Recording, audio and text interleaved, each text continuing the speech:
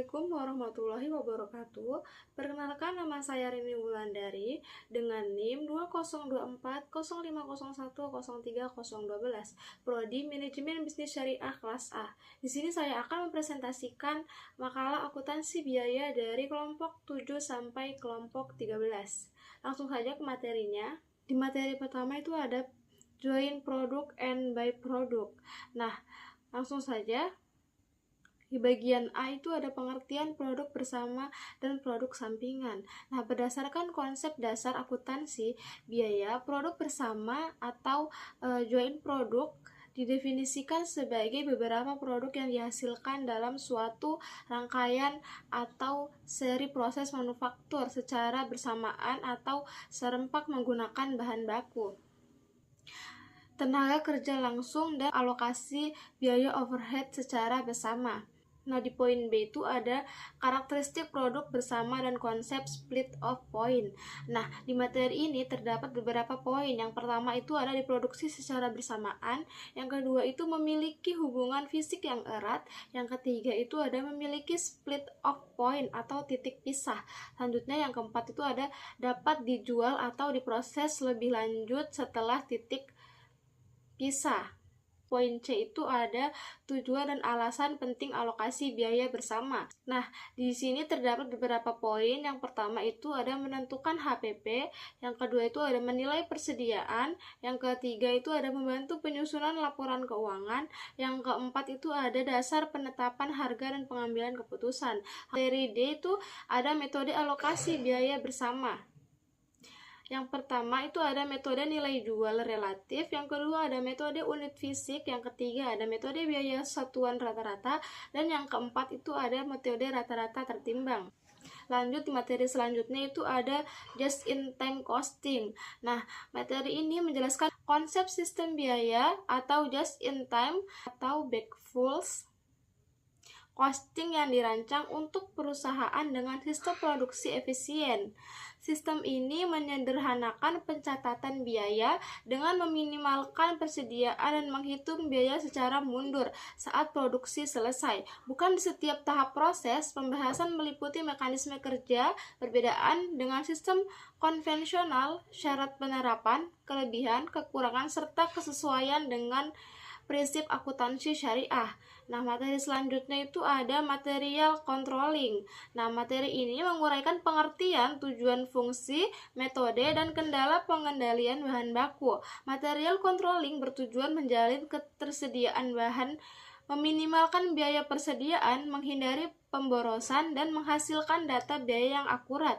Metode yang digunakan yaitu antara lain yang pertama itu ada MRP, yang kedua itu ada IOQ, yang ketiga itu ada FOQ dan JIT.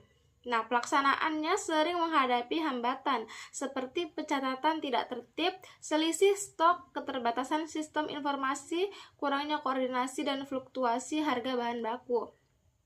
Nah, lanjut di materi selanjutnya itu ada labor controlling. Nah, labor controlling membahas konsep pengendalian biaya tenaga kerja sebagai bagian penting akuntansi biaya.